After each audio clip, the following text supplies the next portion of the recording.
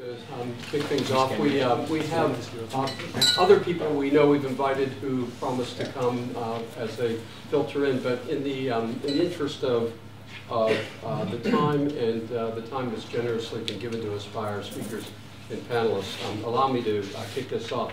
I'm David Napier, Director of the University College London Science, Medicine and Society Network. Now, 18 months ago, we were asked by The Lancet, you know, the global medical journal, to put together a major commission to investigate the relationship between culture, health, and human well-being. At the beginning, our committee members all agreed to define culture broadly, not just as a person's ethnic or national affiliation, the way the word is often used, but as something that gets newly created every time people decide to get together in groups because they share certain beliefs or values or social practices. This broad definition of culture allowed us to rethink what culture could do as a force for change. In fact, we realized that people working together not only change the world, but make one another feel better in doing so. Culture really does matter, we realize, to our willingness to cooperate with one another. In other words, we accepted that human well-being was something that culture could help advance. And we also realized that making things better meant looking at how well-being is nourished by people wanting to work together to produce change. In other words, to trust one another. So we spent several months examining the ways in which well-being is understood and measured, and in so doing, we realized that something important something important from this exercise, and this being that the problem with these measurement tools is that they mostly focus on looking at whether or not people profess to feel happy. In fact, we were surprised to find out that in the UK, for instance, the Office of National Statistics measurements of happiness actually did not even try to assess heritage as a measurement instrument. Heritage, what people think connects them to one another, the values they share with one another, was actually excluded as an assessment tool, a measurement indicator. What this meant to us was that a key part of continuity, the very thing that allows people to feel comfortable about taking chances in life, was actually excluded from the start as an indicator of human well-being. This seemed not only counterintuitive to us, but patently wrong. So we thought, why not look at feeling connected itself? After all, people will carry heavy burdens for those they feel themselves related to. And we all know that if you have a family that cares for you, taking risks becomes more likely than when you know that failure can be absolute for a risk taken without support. Taking a risk without a safety net, a parent's home to return to, a community that deeply cares for you, makes that risk much more dangerous and the effects of failing much more catastrophic. Every risk taker knows this. Even migrants live with the consequences of this on a daily basis. I should say especially migrants. For our committee, in other words, social trust seemed much more important than measuring that thing we call happiness. So today and tomorrow, that is exactly what we're going to do. We have 3 places where we are going to look at trust. The first today is social welfare. Denmark, Europe's statistically happiest country, the people are now asking whether the state welfare produces trusting, committed citizens, or if strong local communities produce social trust and engagement. It is a powerful and profoundly important question, and much depends upon it. Tomorrow, we will look at health systems in the morning with a panel that knows the NHS very well and asks similar questions about trust and social welfare. And in the afternoon, we will look at the world of finance and ask why people are so convinced that those who control the world's financial wealth often seem only interested in advancing their own private security. These are all controversial topics that most of us have strong opinions about. So in order to make our discussing them the more real, we've been blessed by getting some of the brightest and most experienced people we know to talk about these issues and to talk about them together in this small group. As you will see from your program, some remarkable people have stepped forward to help us and to participate. Now, I'll say more about what is happening in the later parts of our program when we begin at 10 a.m. tomorrow with our forum on healthcare. But right now, I want first to thank Europass for providing us with this wonderful venue. And I also want to thank Arati Prasad, who's sitting in the front row, and our team of students and postdocs and other people who've worked hard to make this event happen. Now, to get things started, I'd like to turn the podium over to UCL Scandinavian Studies colleague Jakob Stargard Nielsen, who will introduce Klaus Gruber, the Danish ambassador to the UK, our keynote speaker, Professor Klaus Petersen, director of the Center for Welfare Studies, University of Southern Denmark, and our panelists Claire Fox, Mary Hilson, and Uta Steiger. In the meantime, please join me in welcoming our speakers and panelists. It gives me great pleasure to introduce our first speaker, the Danish ambassador to the United Kingdom, Klaus Gruber. He's one of Denmark's most experienced diplomats, notably in EU matters. Before taking up his position in London, Mr. Gruber was Permanent Secretary of State in the Ministry of Foreign Affairs of Denmark. He has an extensive career within the Ministry of Foreign Affairs, where he's also held several senior positions. He became Secretary of Embassy at the Permanent Mission of Denmark to the EC in '79, and for many years Denmark's relations to the EC and later on the EU was at the heart of Klaus Gruber's work. As Undersecretary of the North Group in the late 1990s, he was involved in the process of the EU enlargement and the relation to the post-communist states in Central and Eastern Europe. From 2003 to 2009, he was the Danish ambassador to the EU in Brussels. We are very pleased and grateful that Mr. Klaus Gruber has agreed to give his welcome address, Welfare, Social Trust, and Happiness in Denmark. Welcome.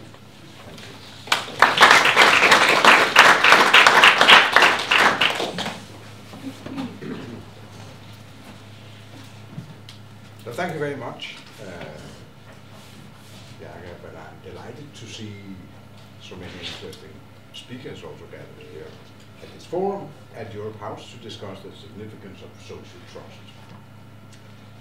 It's a theme that I was very intrigued about when you asked me if I was available to come here, because actually it's something that we willingly, unknowingly, and sometimes also knowingly have spent a lot of time in doing legislation, whether we do it at the European level or at national level. Therefore, I would also like to thank UCL and notably Professor David Napier and Jakob Stargard Nielsen for inviting me today. It's true that Denmark repeatedly has been named the world's happiest country in various researches, most recently in the World Happiness Report from 2013. Anyone, however, who has attended a Danish dinner party will find this hard to believe.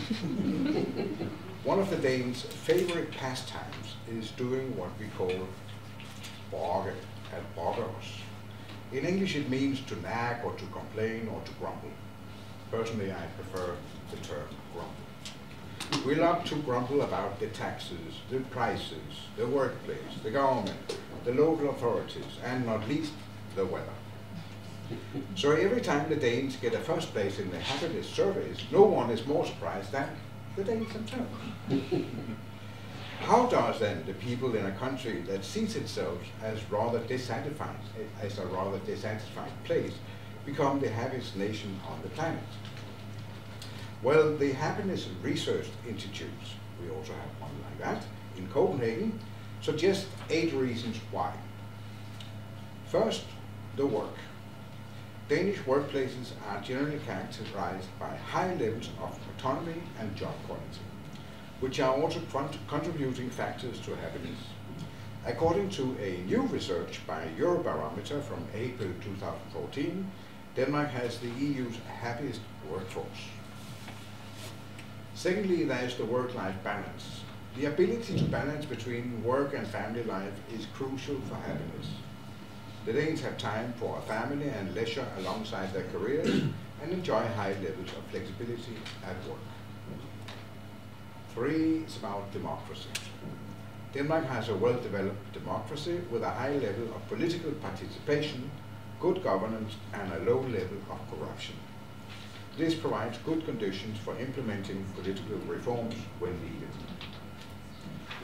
Fourth, freedom. Essential to one's life is the ability to decide for oneself. The Danes' freedom is protected by the constitution and law, and Danes enjoy a strong sense of control over their own lives. Fifth, prosperity. Denmark's high level of prosperity is part of the explanation for the high level of happiness. It's no surprise that prosperous countries and people are generally happier than those less prosperous. However, who we compare ourselves to and what we use our wealth for are also key elements of our happiness. The sixth element is security. The Danish welfare state reduces uncertainty and social economic concerns among the population. Consequently, people who are less well off in Denmark are significantly happier than those in other wealthy countries. The seventh reason is trust. One of the main reasons that Denmark does so well in international happiness surveys is the high level of social trust. The Danes trust each other, which makes life a little bit easier. And the eighth reason is about civil society. Denmark is one of the countries with the greatest level of social cohesion in the world. One reason is the highest degree of participation in voluntary work. Both voluntary work and social relations are important for happiness. It is, of course, possible to argue that the 8 reasons just mentioned and given by the Happiness Research Institute in Copenhagen all derive from a high level of social trust in Denmark. The working conditions and work-life balance in Denmark is an indication of a high level of trust between the employer and the employee. The well-developed local democracy in Denmark diminishes the distance between citizens and decision makers and provides the basis for trust in the political system. The freedom, prosperity and security that Danish citizens benefit from and the lack of corruption provides trust in the political system. And the high degree of participation in voluntary work indicates that Danes have faith in that they can make a difference in their society. The high level of social trust in Denmark may not be appreciated by the population. If we are asked, do you trust the politicians? Many of us will probably answer no.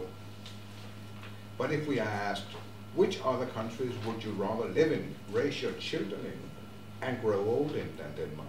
Most of us will find it hard to mention any other country. So, as Einstein said, everything is relative. It's also reflected in our approach to rules and regulations. If you drive around in Denmark, you will find signs saying that something is not allowed, something is forbidden, and something is strictly forbidden. Actually, it's all forbidden, but with subtle differences as to the consequences for you and others around you.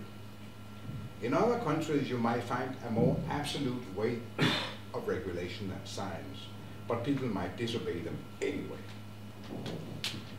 I have also seen this difference in approach when I, for many years, worked as Danish ambassador to the European Union.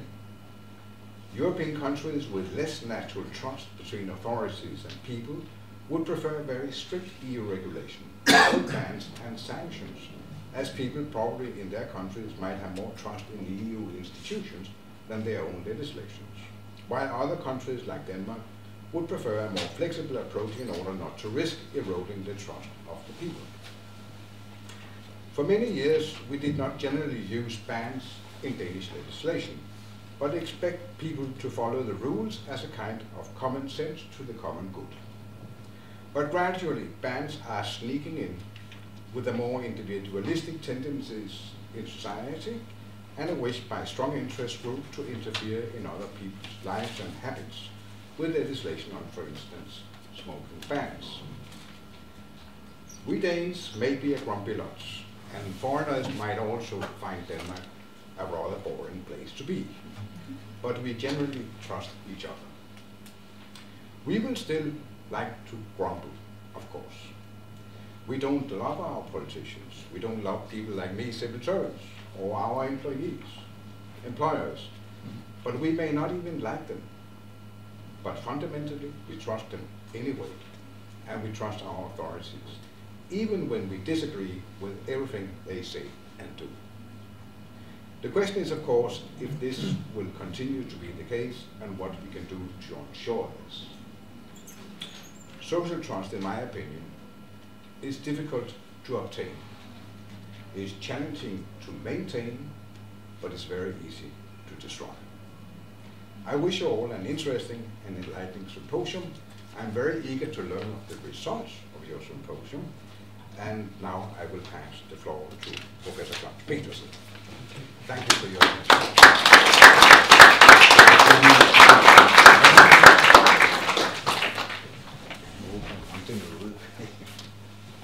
Thank you very much, Ambassador. Now I'm all filled with nostalgia.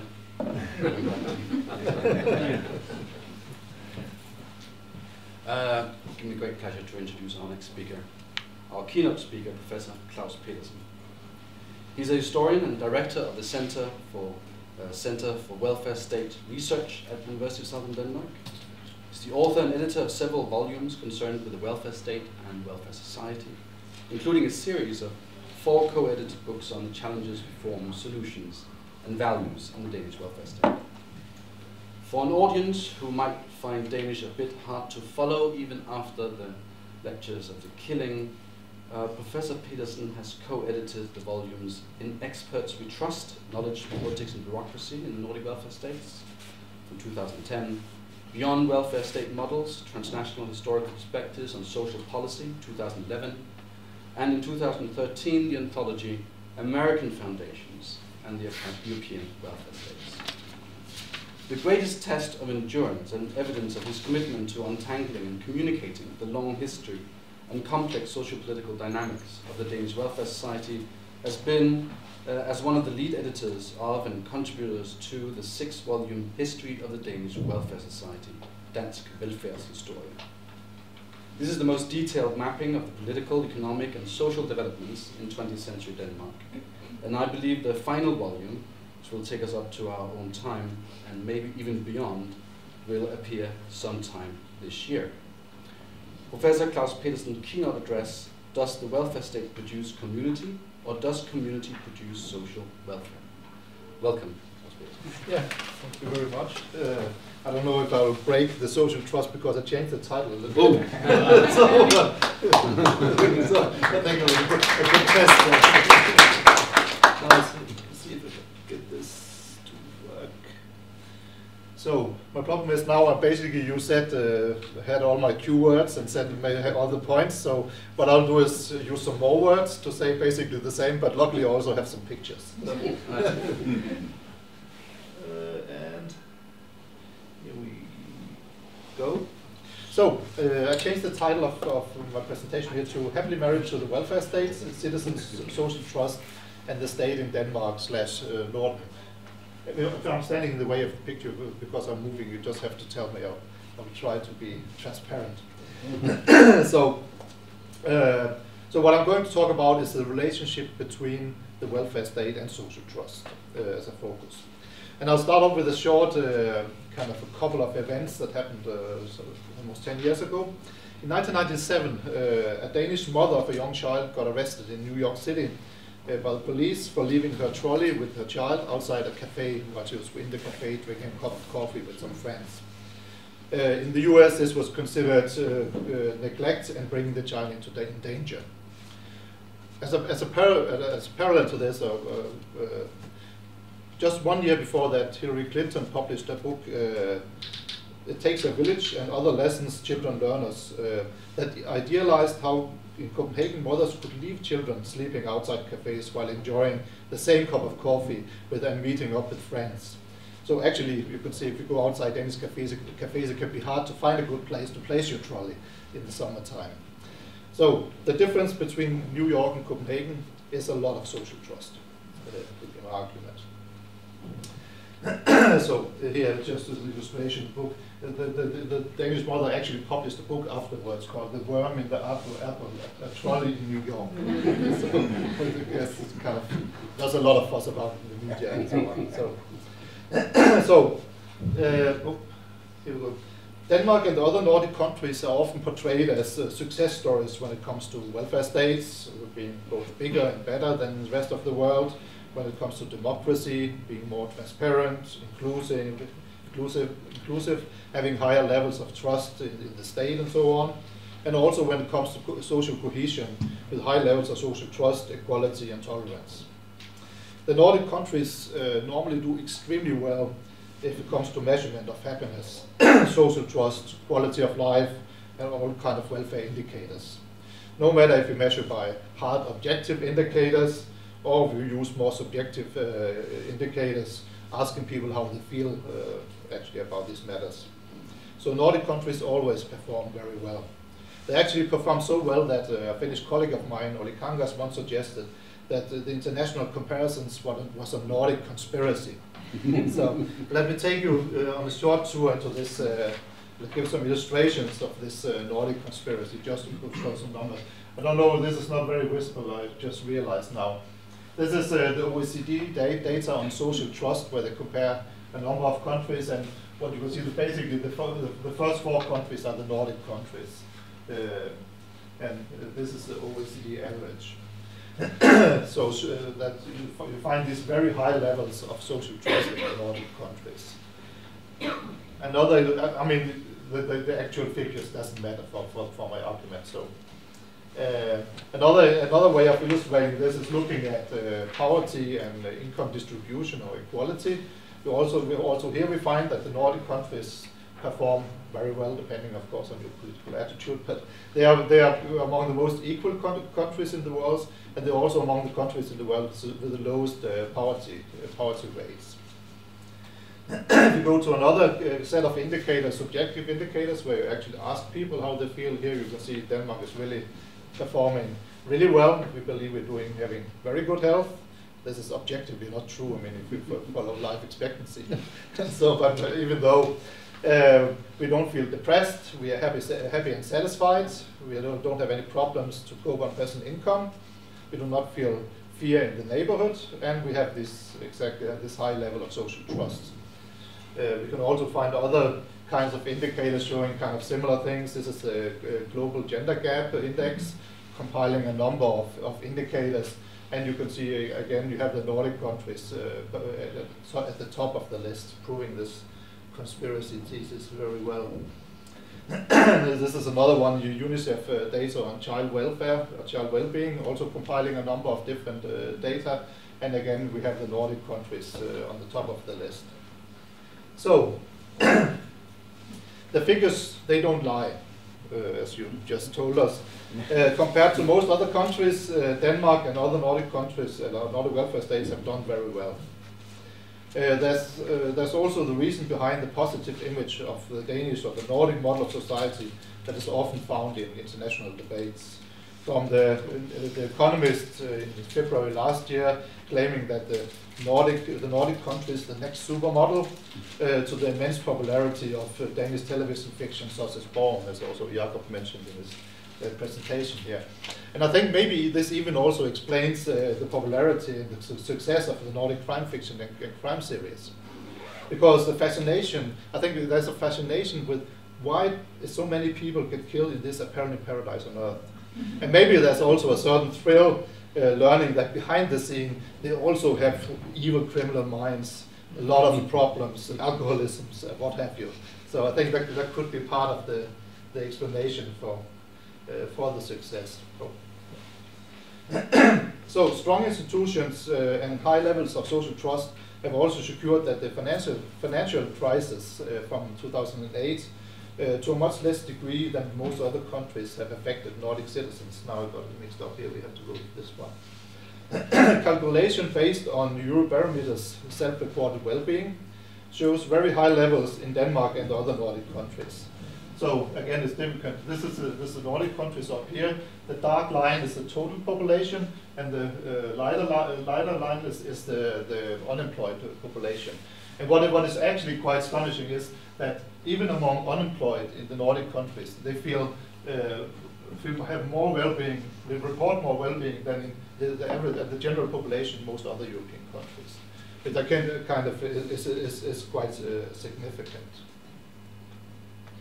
So, so there seems to be nothing rotten in the state of Denmark or the other Nordic welfare states. But before we start applauding and I rest my case, I would like first to discuss some of the mechanisms linking social trust and the welfare state. And second, I will also discuss some of the challenges, or at least potential challenges, to the seemingly happy marriage between the welfare state and social trust or social capital or whatever we prefer to call it. And also, before we get carried away, I mean, you often sometimes tend to do it when you present your own country, you have to think twice. There's of course also a backside to the coin. The positive image has also a dark side to it. There's the story about paternalism, the strong interventionist welfare state, then on certain occasions went too far. This is a story you might know well from reading crime fiction, but you could also find it among historians. Some 10 years ago, the Swedish newspapers could report of how historians has rediscovered the forced sterilization and eugenics in the interwar Sweden, with 10,000 of people being being forced to have become sterilized. This is the headline from a Swedish newspaper, Dagens Nyheter, saying Sweden forced sterilization 10,000 of people, only Nazi Germany was worse in Europe. So this also this critical image of the welfare state that on certain occasions goes too far. Another example to this is the political scientist Harold Wilensky, who labeled the informal and cooperative decision-making process in the Nordic countries as somebody has talked together democracies, and is putting his finger at one problem, that the problem that informal is maybe not always so transparent. So there might be kind of a conflict between it. And even if we stick to the numbers, we can find these can be twisted into showing complex and ambiguous patterns. And I'll take just one example of this. Is the Dutch researchers Van Hoven's so-called Happy Life Expectancy Index. So here we go. So on the one hand, you have a measurement of happiness. On the other, down here you have life expectancy, and then you just map the countries. So if you just look at the two outliers, Denmark and Japan, it's kind of a very clear pattern in the opposite. So in Denmark, life is short but very happy. In Japan, life is very long but every day seems to be a struggle. So, and of course, if you start to looking at figures of this and start to think about what could be the policy recommendation based on these figures, you can end up, I guess, with some highly controversial suggestions, for instance. So, and actually, this might also be part of the explanation for this kind of this high level of happiness in the Danish case. That's a different way of life. So, and the correlation between life expectancy and meaning health and happiness might be more complicated than we think about at first hand. So, we need to take a closer look at the relationship between individuals, society, and the state. So what is the relationship between the welfare state and social trust? Basically, there's a good and a bad story about the state and society. The horror story goes something like this. There was a time before the welfare state, when civil society was strong and solved most social problems through philanthropy and other kinds of voluntary actions, caring relations, social networks, and so on. Then the state grew and colonized or crowded out civil society, either by a hostile takeover or by turning civil society into slaves of the welfare state. So the argument is that the growing welfare states make people less altruistic, lower levels of social trust and civic participation. This, we call demonization of the strong welfare state, has a long history. It's been used on several occasions throughout the 20th century as an argument against welfare reforms and higher taxes. Often with the explicit argument that more reforms or higher taxes jeopardize civil society, democratic culture, and social trust. A prominent example of this is what you would call this: the road to hell is paved with good intention. The argumentation was the so-called Eisenhower thesis presented by President Eisenhower in the early 1950s. and was later also popularized by the Reader's Digest. So Eisenhower argued that the Nordic welfare states did not bring anything good, but only high suicide rates and abuse of drug and alcohol. It's a narrative that is actually still living in the political debates, both within and outside the Nordic countries, and that might also help us explain the high levels of happiness in Denmark to some degree. I don't know. It could be also a nice research topic. So on the other side, we have the good story, or the fairy tale, as it was the title of the Danish pavilion at the World Exhibition in Shanghai in 2010, fairy tales, that focuses on the positive interplay between the welfare state and civil society. Either relationship is considered a plus-sum game, and the argument is that developed and comprehensive welfare states don't crowd out civil society or social capital, but it crowds in social capital, it produces social capital. This is supported by a number of statistics and also empirical evidence, and besides the figures about social happiness that I showed just a few minutes ago, there's also good evidence that the rates of participation, as we heard just a few minutes ago, in voluntary organizations and voluntary social work has not dropped in the recent decades, it's actually grown. This can also be supported by some more, say, qualitative assessment. So there's generally a high level of trust in public institutions in the Nordic countries. One, I think, very good example of this is that in the Nordic countries, children spend a lot of their time in daycare, public daycare. This is the preconditions for the high levels of female labor force participation and also for the economic success of the Nordic countries. However, this model only works because people trust daycare institutions and without any hesitation leave children and the education and the care of children to the staff in these exact institutions. Actually, contrary to most research among psychologists and so on, most Danes actually say trust that it's good for even very small children to be placed in daycare for 7-8 hours a day, 5 days a week. So I guess it's pretty clear that as well as most researchers studying these matters, see a positive correlation between welfare state and social trust. However, I must of course also admit that there are some truths to the, say, more dystopian story about the state colonization and the loss of social capital. The growth of the welfare state has crowded out civic engagement and interpersonal relations in some areas. The welfare state is part of a larger modernization history where the extended families, the work communities, so say the rural way of life, has lost to paid work in small family units in kind of city-like surroundings.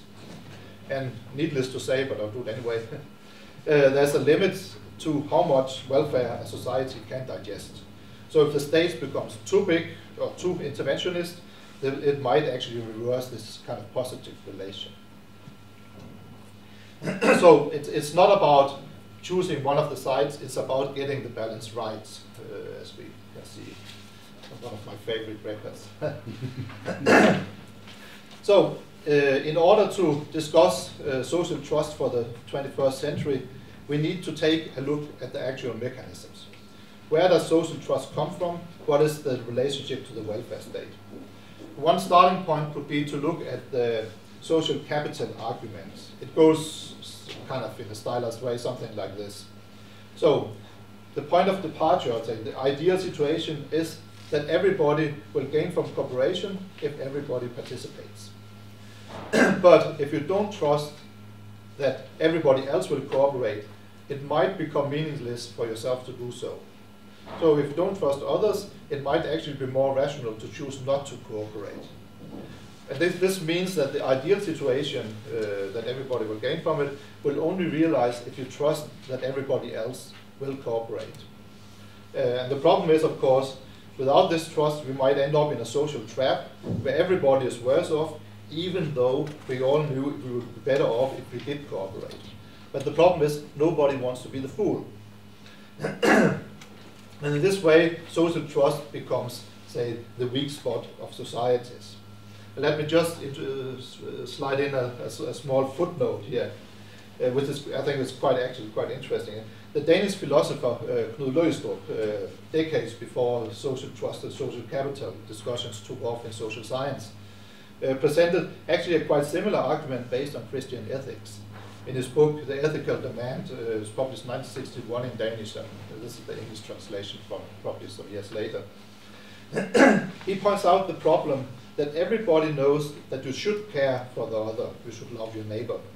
But this is very difficult to do in practice, as we also learn from Matthew 26:41.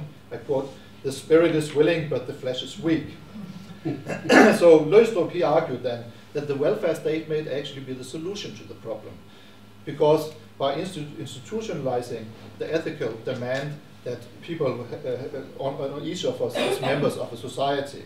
So with the welfare state, we don't have to worry about being weak. So end of footnote.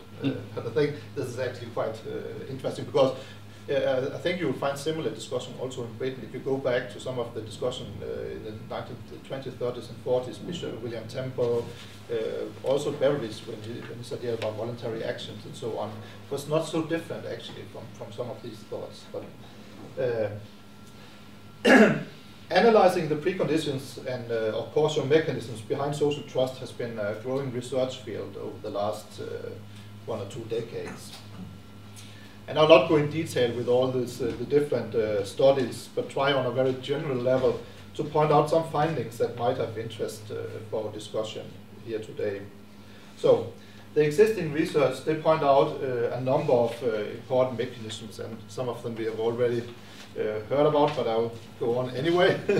So, first of all, they point to the role of well-functioning democratic institutions. I mean, it's clear that not all state or public institutions produce a further social trust.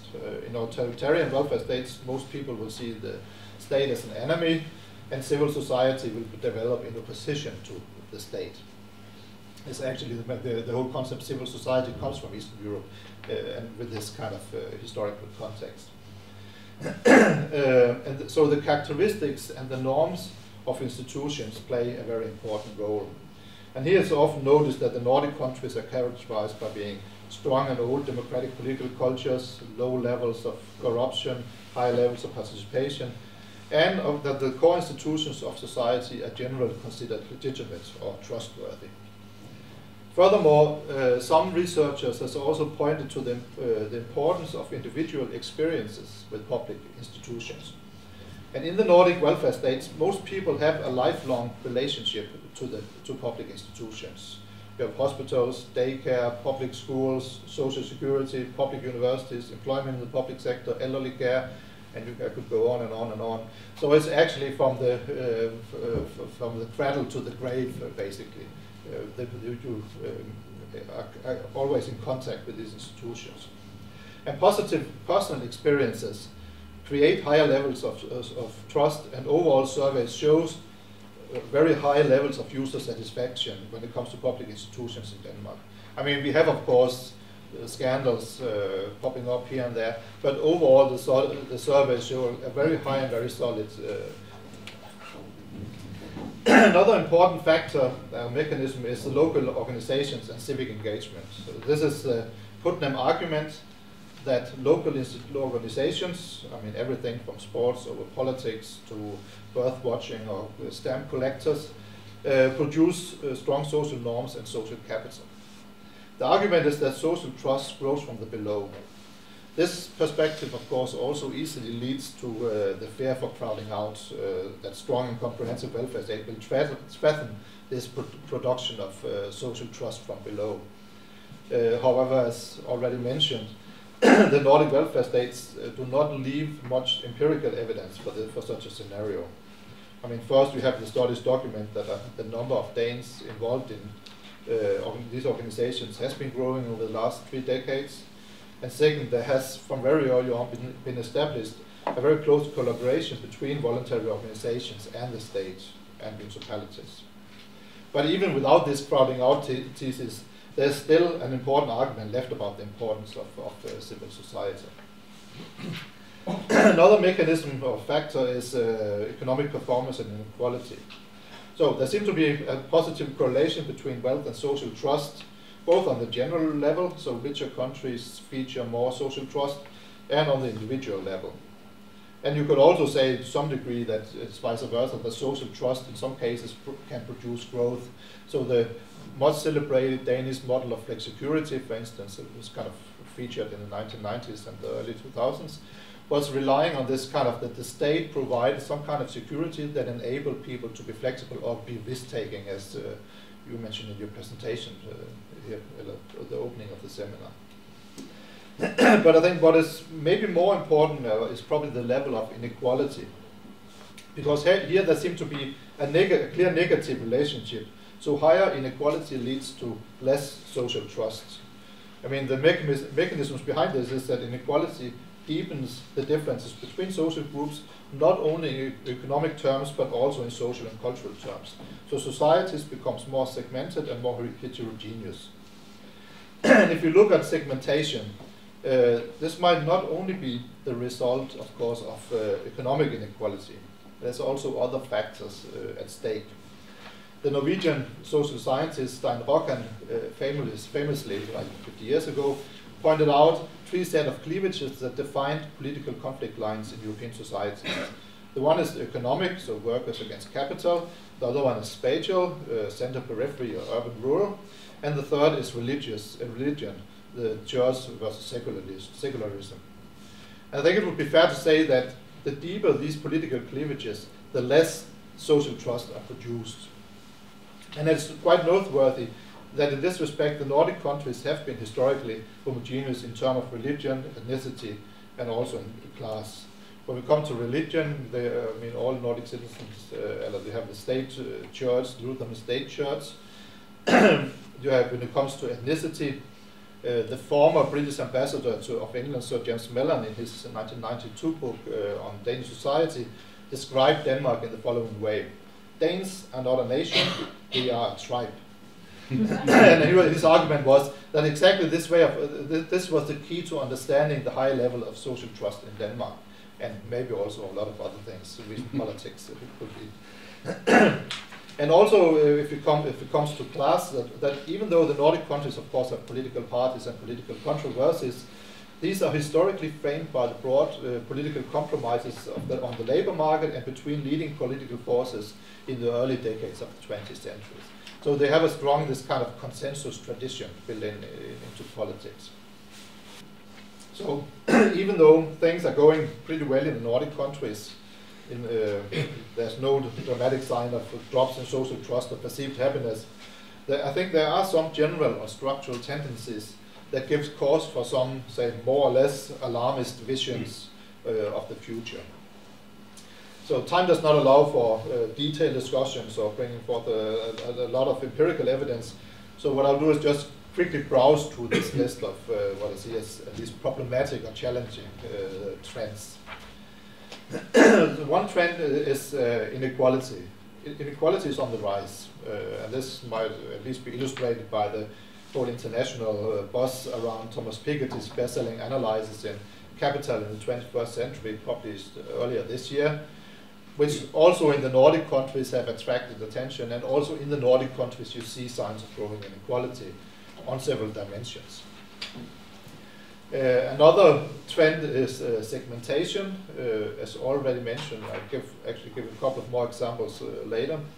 Nordic countries seems to become more segmented along the lines of income or class and along the lines of ethnicity. So we have the immigrant population versus, say, the old population.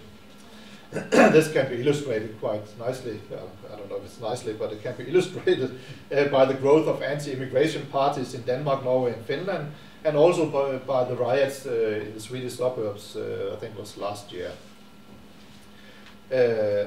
And you can also see other signs of segmentation. For instance, if you go into the debates about social policy, there seems to be a tendency with segmentations, the division between contributors and recipients, that seems to be on the rise over the last couple of years, which again might lead to social stigmatization and I think also lower levels of trust in the others, in the recipients. Are they actually behaving the way they should do, and so on. This is a general tendency actually across the board if you look at the political debates and the political parties in Scandinavia. Another set of challenges comes from the process of individualization. So individualization is certainly a threat to comprehensive universal welfare states like the Nordic. We say the old one-fits-all model of social services has for a couple of decades been under heavy pressure, and the dominating paradigm has become one of free choice, where citizens are seen as consumers and the welfare state becomes a service provider competing with other service producers on the market terms, offering a variety of more or less customized social services. So people in the Nordic countries might actually still be heavily married to the welfare state, but it has become their personal welfare state. And it's certainly not the welfare state it was like 20, 30, 40 years ago. And this is a quite significant normative change with the whole underlying social contract, so the social contract underlying the welfare state. And it's also problematic in the way that the ability of actually having a free choice, of making a free choice, is certainly not equally distributed among different, among social strata. So that is also heavily relying on the resources you have. Then we have the growing distrust in politics. Recent studies have shown a growing distrust in Denmark and also other Nordic countries with political elites. We have actually a media case going on right now with the leader of the opposition, but I'll leave him aside. You'll have to read Danish newspapers then. It's a long story. And this could, of course, be that it is only problems on the surface driven by media scandals and what have you. But I think it also shows that there could actually be more severe problems that can lead to growing distrust with democratic political institutions.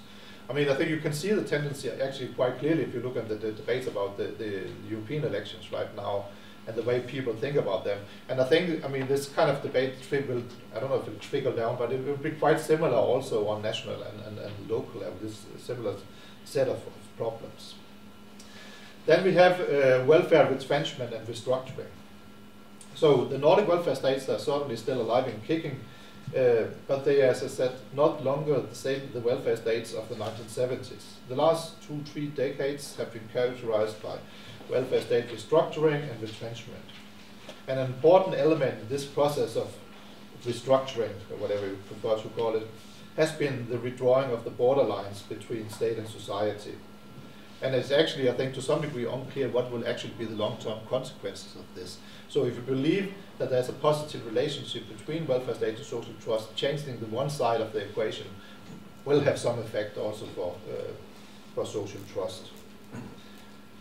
I mean, it's very hard to say if this is stuff that we can actually deal with or if it's something that calls for a doomsday scenario for social trust. I mean, that is really hard to predict.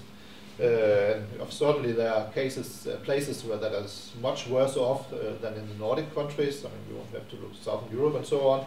But in Denmark we have the saying that problems do not get smaller by making them bigger. So I think it is still actually quite important to think about this because there might be changes on the way.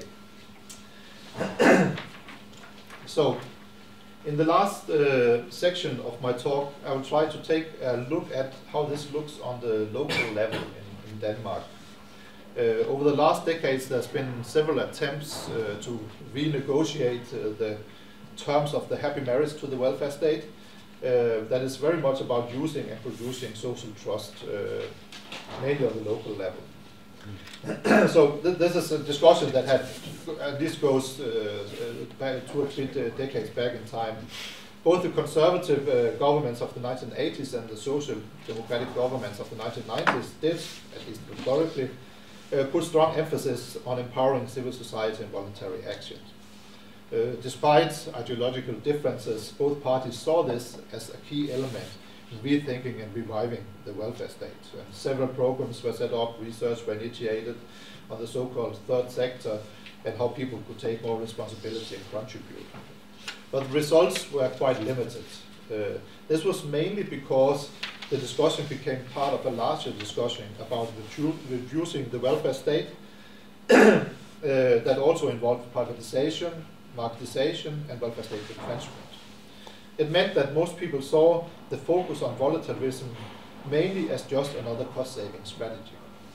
In other words, the general atmosphere of welfare state retrenchment created a distrust in government's intention in this whole kind of debate. In the last decade, however, we have seen a more interesting attempts to start this kind of renegotiation taking place on the local level.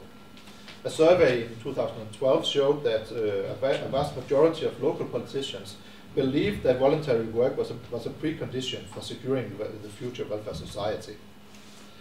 And this shift from the national to the local level is important, I think, or interesting in several ways. First, individual citizens meet the welfare state on a municipal level. So most core welfare institutions are local. Schools, daycare, social services, as well as most of the public infrastructure. Second, municipalities have room for adapting local strategies and priorities. Just to take one example, if you take a comparative look on kindergartens across Danish municipalities, you will find significant differences in when it comes to the staff-children ratio or the cost per child in daycare in different municipalities. Third, it's clear that people engage locally when engaging in voluntary work, organizations, sports clubs, and what have you. And fourth, local authorities often co-finance activities which I think gives them a certain legitimate right actually to claim something in return. So the argument is that such strategies on the one hand save money, but at the same time creates more welfare. So in a way you could say it's trying to capitalize social capital and at the same time produce more of it. It's almost like having the cake and eating it too.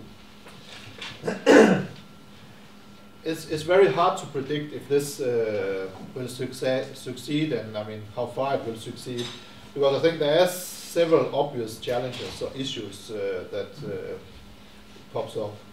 First of all, there's one problem that most local politicians, well, at least local politicians, partly see this as austerity measures.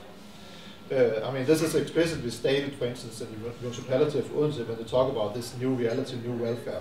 The new reality is there will be less money for welfare in the future. And I think with such a point of departure, it can be difficult to create what we call the positive narrative that is needed to have develop high levels of social trust. Will citizens, public employees, voluntary organizations, and that's quite a lot of people, buy the positive message, or will they start focus on fighting it as retrenchment measures? I mean, this is kind of one key challenge.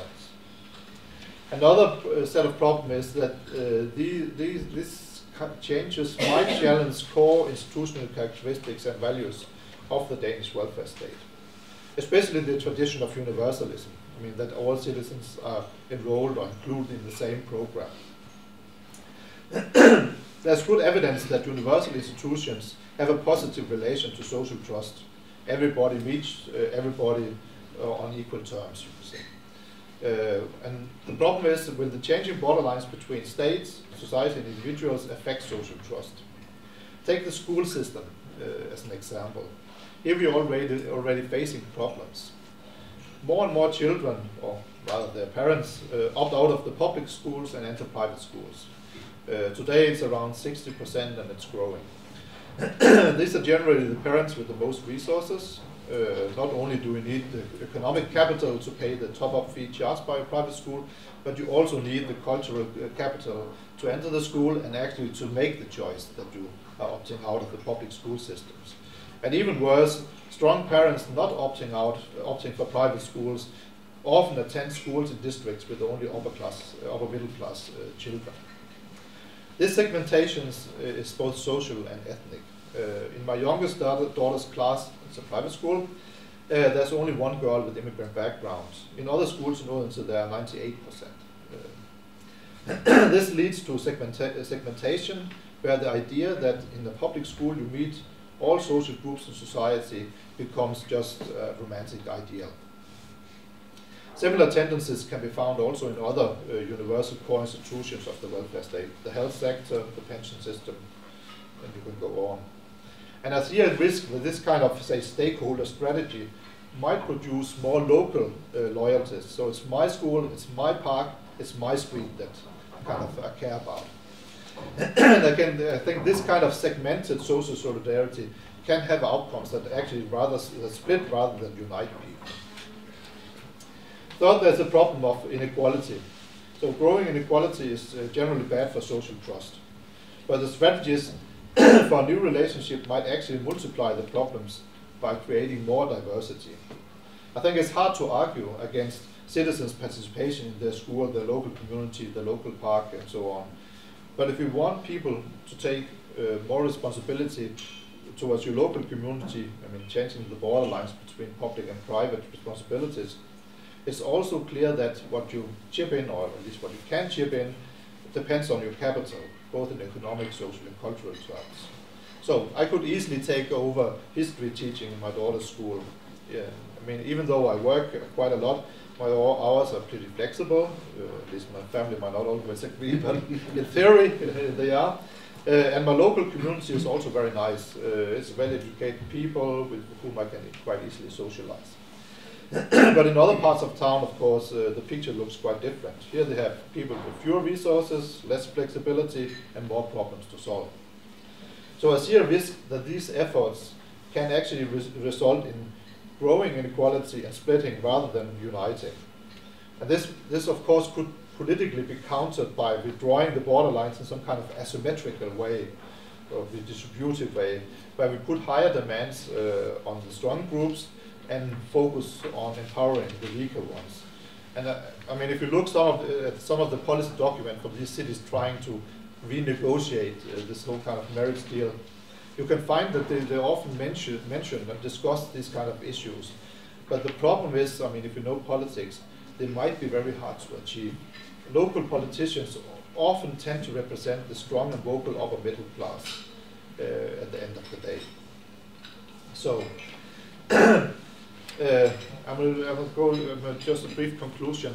I'm of course a bit sorry that I end up listing a lot of challenges and problems.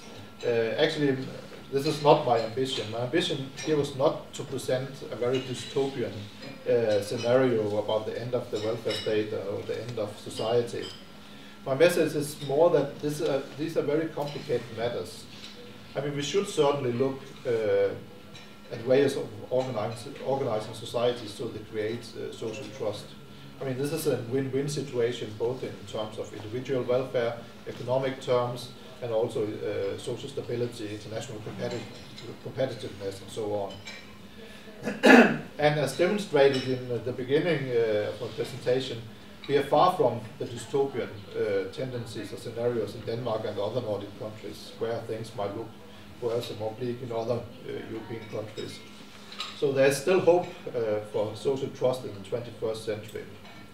It's of course also tempting to start speculating about what lessons can be learned from the Nordic experience. Personally, I'm always a bit skeptical towards the possibility of exporting say, experiences that are so highly historically contextually dependent as these kind of, say, values of society and so on. But of course, there might be one overall lesson about the happy marriage between the welfare state citizens and social trust that are worth thinking about. What is going on the times we are living in. But we also need to be aware that a happy marriage takes a lot of effort and adaptation to changing circumstances over time. And I can say with some, I've been married to my wife, we have 25 years anniversary in 2 months, so, so I have some empirical evidence for that as well. We need to renegotiate the relationship between the welfare state and the citizen, and social trust is of course a key element in this process. There are challenges and pitfalls when it comes to inequality and inclusion, or the legitimacy of the changes in institutions. So the challenge is to deal with this in a balanced and reflective way. We can, if we succeed, we can have the cake and eat it at the same time, but of course things can go wrong, and there's certainly no quick fix in this respect. So thank you for listening. Organizer in a capitalist economy, and especially in a global capitalist economy, because it means that people need not worry so much about being destitute. They can face the future with trust or with confidence. And it also means that the economy is kept ticking over, even in crisis periods, by the fact that there are fewer really poor people. And therefore, demand for the products of the economy are kept up. And one factor which seems to me to show that this is a very strong argument is that both in China and in India, they are nowadays, the governments are nowadays taking very serious steps to set up welfare states. In fact, I believe that India is now introducing, or trying to introduce, one of the world's largest computerized systems in order to run a welfare system in that huge and very diverse country. Thank you very much. Do you want to comment? Yeah, no, but I mean, based on my thought, I will have to agree with you. And I mean, you have, very good historical evidence going back to, say, the 1930s and how the Nordic countries kind of survived the crisis of 1930s, which was not only an economic crisis but also a political crisis. You have the whole democratic meltdown of Europe, and I mean, very few democracies were actually able to live through that. You could have, in similar way, the effects of the 2008 crisis, as I show, has been less significant in the Nordic countries than in a lot of other countries. So, I mean, there's certainly a lot to be said about that. But also probably in good times. So this idea about flexicurity, that the state provides the basic security that enables people to take risk over a life cycle. For instance, to change your career tracks. If suddenly there's no need for a certain type of kind of workers because everybody's moved to China or something like that, you could actually kind of retraining, and I mean that has proven, I think, working quite well. I don't know about the China example. I think China is a different story because it's also about other problems. I think the big problem in China is probably the floating population. I'm not an expert on China, but I have, based on some seminars, in China, people, you gain your social rights based on where you actually live. So if you live as a citizen in Shanghai, you have actually kind of quite extensive social. That's where you come from. Yeah, exactly. Yeah. But the problem is that you have like 200 or 300 million people moving. Yeah. So they basically end up with no social security, and they don't have the family-based welfare model from where they came from. The Chinese government is trying to grapple. Yeah. I mean, it's often said we have to weaken our welfare state because we're in competition with the Chinese and the Indians and others. But they look on it the other way around. Yeah, could I just say from my previous work also in Denmark that you of course are right that the welfare state is a benefit in times of crisis, economic crisis, as you also mentioned. Also, great improvements to the Danish welfare system was introduced in the aftermath of the great crisis in the 30s. And of course it gives a high level of trust in the society that you don't have to worry whether you become unemployed, you don't have to worry whether you can pay your mortgages next month, and you don't have to worry whether your children will get a proper education because somebody will take care of that. And if you get older or ill, you will also be taken care of like that. But the paradox, of course, is that in times of economic crisis, as you have seen everywhere, also in Denmark, the welfare state becomes more difficult to maintain for economic reasons. And it's obvious that the politicians, they are now being confronted, they have been over the last years being confronted with a much higher degree of privatization, which of course carries the risk, of course, that you have to choose because the cake has become a little bit smaller economically. So you have to prioritize on how you do it. And how do you do it then? Do you make the cake smaller for everyone, or do you prioritize certain segments of the population in greater need and leave the more wealthy part of them more to themselves? It also presupposes that you have a relatively well-defined system for income transfer, notably also in crisis times.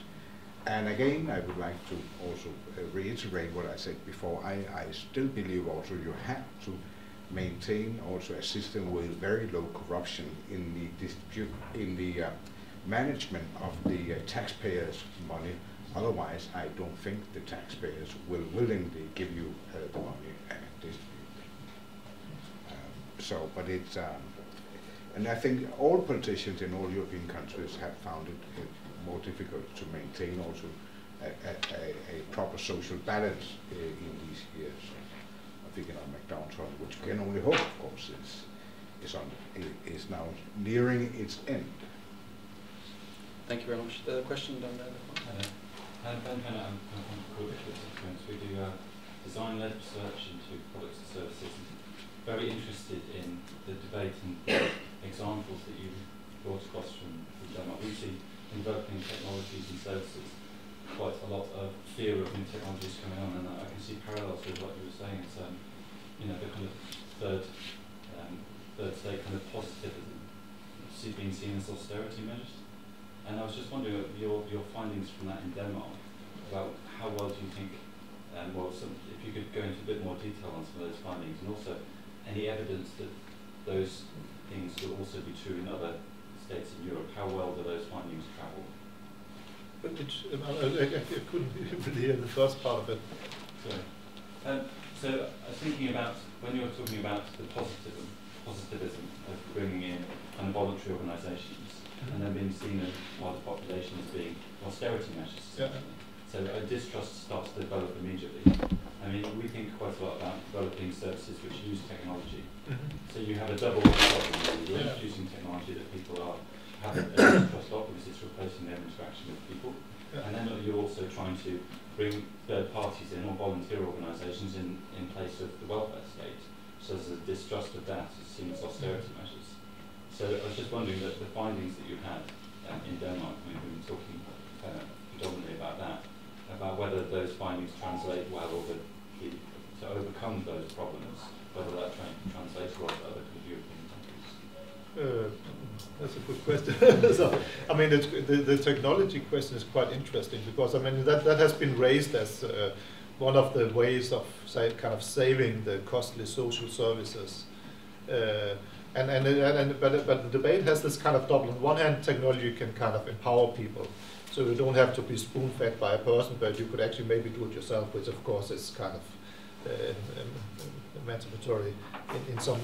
But on the other hand, you have a lot of municipalities who use this as cost-saving strategies. For instance, my hometown have claimed that elderly people cannot have vacuum cleaning in their apartments. They can get this robot vacuum cleaner handed over by the municipality as a way. And of course, that is, for a lot of elderly people, this is kind of a loss of social contact and has a lot of, I mean, it's seen as a decline in their welfare, even though it might clean equally well, I don't know. So I think there's a lot of suspicion in that respect. And I think, I mean, the whole welfare technology is really, it's kind of a big thing in Denmark right now because there's a lot of belief that it's a growth industry as well.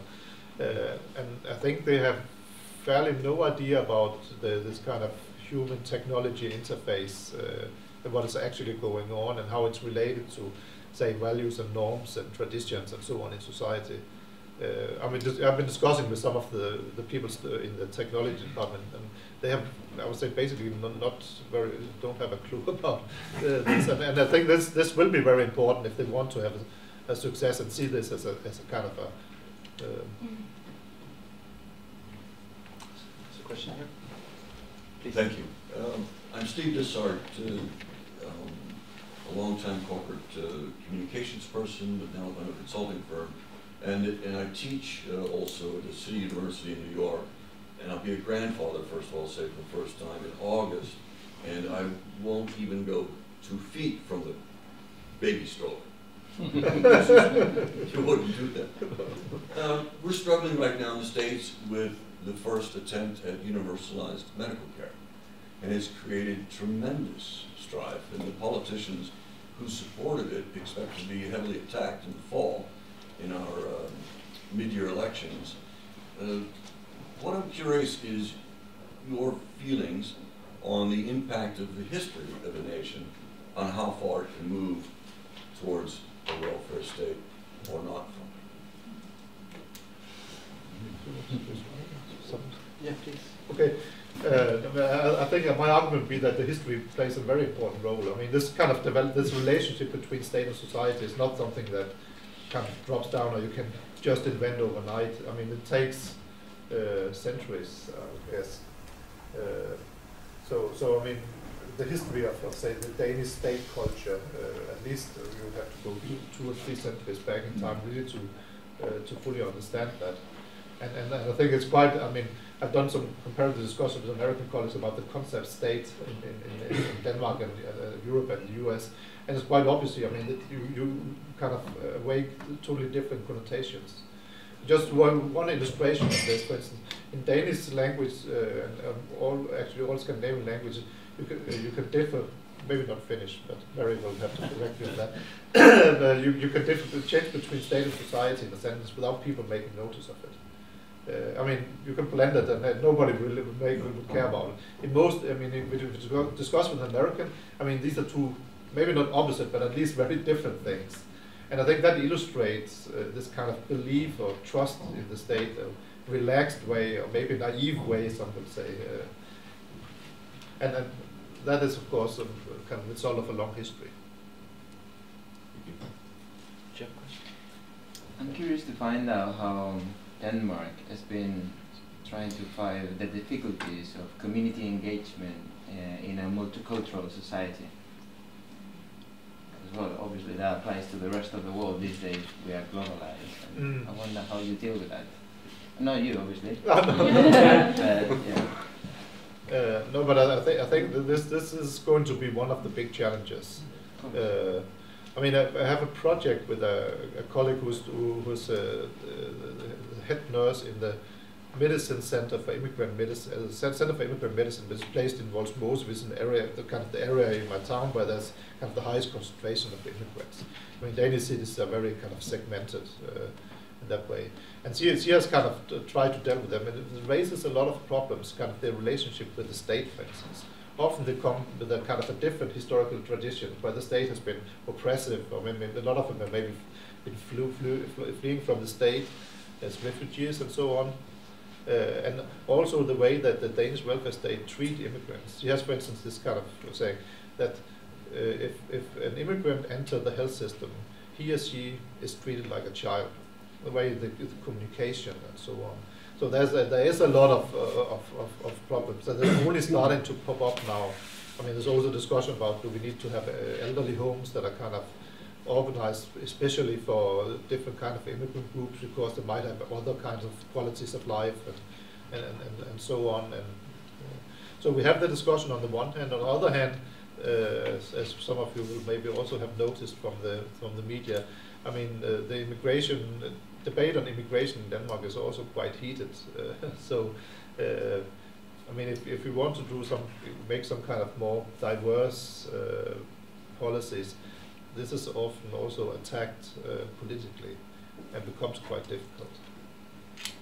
But I mean, it is something that is so obvious that it would have to be dealt with. A few remarks, and let me try without being political, but I would say at least 3/4 of the population living in Copenhagen are immigrants. They come from the Danish countryside, first generation, second generation. Then, of course, there's also people coming from other countries, which you normally would call immigrants. Looking on the statistic, most immigrants are coming from our neighboring countries, UK, Sweden, United States, Germany, and so on.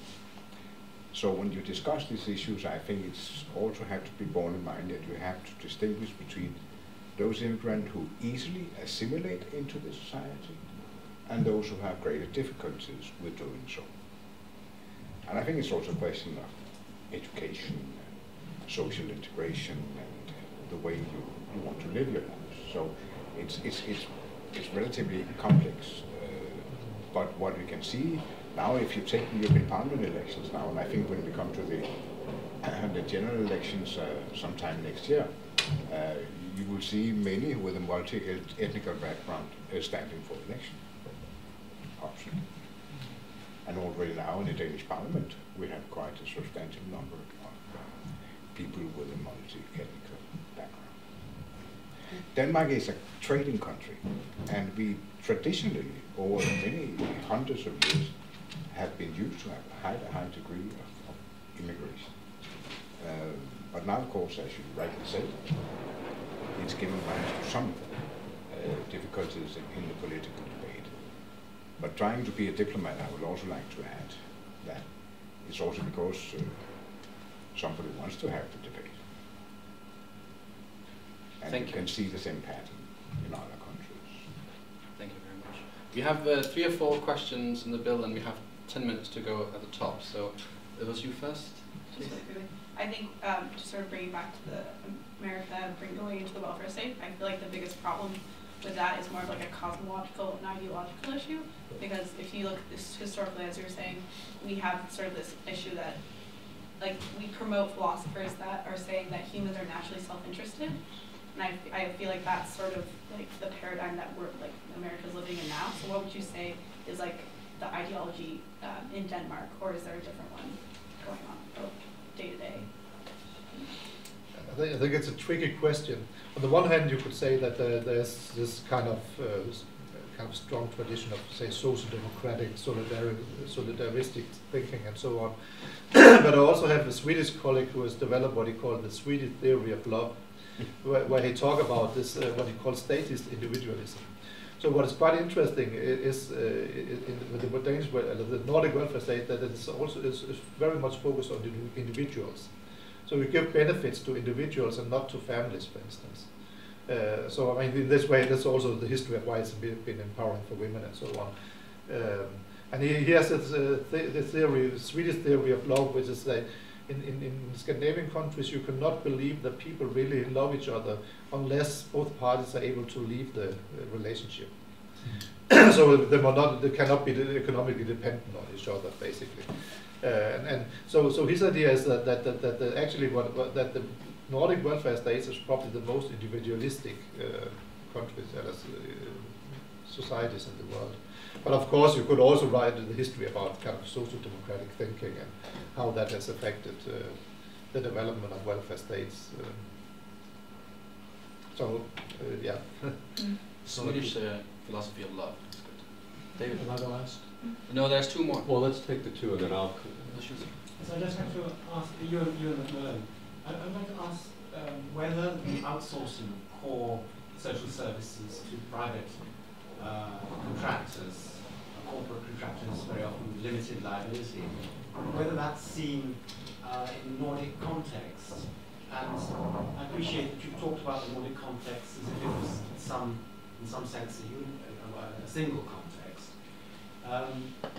Is it regarded as undermining what we, in British political discourse we would call the social contract, that perhaps in the Nordic context this sense of trust between the individual and the state? And also, in that context, you refer to the Danes as a tribe. It's clearly an expressive term. I was wondering if you could define it a little more precisely. Yeah, taking the privatization, I mean, historically, there's always been a large proportion of, say, welfare services that has been provided by private. So the whole, all doctors are basically small enterprises and a lot of other things. And I think, I mean, you don't see large-scale privatization of welfare services on a large scale, and I think I mean there was some problem. There's been some problems where we tried to set up with private kindergartens and so on, but it never really got on the ground and got any kind of played any significant role because the regulations were kind of too heavy and it didn't give much room for really make a lot of money and profit in that sector. What you can see is large-scale privatization in selling out kind of the postal services and these kind of other, say, not core welfare public institutions. And the tribe thing is, I mean, it was not my, it was actually the former British ambassador's the description of Danes. But I mean, I think he was referring to this kind of community feeling, what colleague of mine, a historical anthropologist, has claimed that what they call homo ruralis. So it's kind of agricultural way of thinking, where you build up these kind of small villages. But if you look at these village rules, it was very much about keeping foreigners out, because they would kind of threaten the subtle balance, social balance, economical balance within these very small communities. And I think that was his. Thank you. Could I just add to that, that I think in Sweden they have a greater experience with outsourcing of public services and running elderly care homes and schools and kindergartens, where they have had a more, let's say, more open attitude to this. It is still quite controversial, I would say, in Denmark. And as you say rightly, I mean, looking from a commercial perspective, the different demands that you put when you make your, it has to be put out for a public offer, of course, will probably make it more difficult to earn a commercial profit on outsourcing. But of course we have outsourcing. I mean, cleaning nowadays is outsourced to a very large extent, and other services like the providing of food and other more basic things in the public sector. But the more core functions, as you rightly say, it is not very much used. Thank you very much. We have 2 questions left, I'm afraid. Right there in the back. Thank you. Hi, my name's William Longan. I'm a volunteer with a long-standing volunteer organisation. But the term positivism tends to sort of generate this bipolar attitude that we forget that there's a huge triangulation occurring, not only in education, where you quoted 16% private. We also have a huge generation occurring in home and alternative education that's not within that statistical framework. And in terms of volunteerism, we now have another generation, not just third sector, not just volunteer organisations in the historic mode, but we've now got a new generation of volunteer organisations who are independent and who are now generating in European movements that are counter to normative attitudes and approaches to volunteerism with increasing strength. And the normative idea of how thrilled you are in being 25 years married no longer applies in terms of the general population in this country, where many people regard marriage as a culturalized system that they no longer wish to perpetuate because it's based in post or Christian. A young lady here mentioned a beautiful term a couple of moments ago. Can anyone remember who it was for a holistic viewpoint? Paradigm, ideology, cosmology. Cosmology. Well, the idea of a paradigm in America, how we value history and how history plays a role. If my children, my grandchildren who are now 9 years old, have got access to more information than we've ever had, and they're questioning not only knowledge creation, but also knowledge generation and knowledge transfer at a level that we never had the capacity to do so, and they're building new paradigms that we cannot imagine. And so I feel that your presentation to me feels a little bit historic already. That could be. I guess you're more an expert on that than me, so I doubt it. Yeah. Cosmologically, I still have my intuition and my innate non-intellectual base as well as the rest of what we term as logic, when in actual fact perhaps we're in a post-rationalistic society.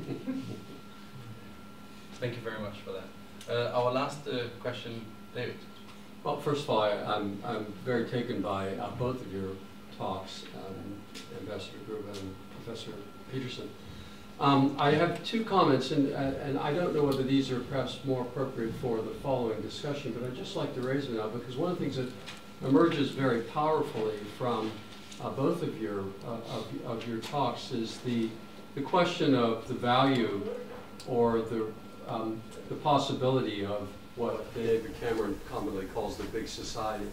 And it emerged very strongly for me, Klaus Peterson, in your comment about when you said the deeper the social cleavages, the less the social trust. And if indeed that's true, what does that mean for the concept of multiculturalism? I mean, after all, David Cameron has also announced about a year and a half ago that multiculturalism is dead. Mm-hmm. So I think there's no way around trying to do it. And I think you can also go a long way. And I think you're right. I mean, there's also about, of course, the whole concept of this civil society. I mean, it covers a lot of very different organizations. I mean, from individual voluntary work to huge organizations that are looking for contracts with municipalities in order to do stuff. And I mean, so with the huge organization and bureaucracies of their own and so on. I mean, these are, and you have the national global. So it's I think it's difficult to generalize about it. But what I think is that at least you have to address the pitfalls or the problems that goes along with this development. And the same way as if we went the other way and had the welfare state take over, we should also discuss the problems that goes along with that you kind of maybe disinterest people in responsibilities if the state takes over everything and disengage them, and that the state might also be kind of too interventionist. And so I think it's about discussing this balance at the same time. I think that this is actually, and I think if you look at the debate about then civil society, voluntary action, I mean, this whole thing is often presented from politicians as a quick fix.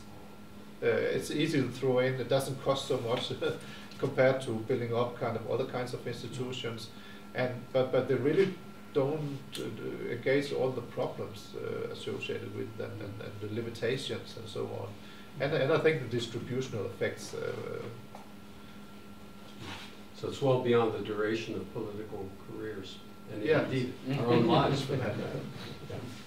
Thank you. Thank you very much. Thank you for all your questions, and please join me in thanking again Ambassador Klaus Grube and Professor Klaus Peterson.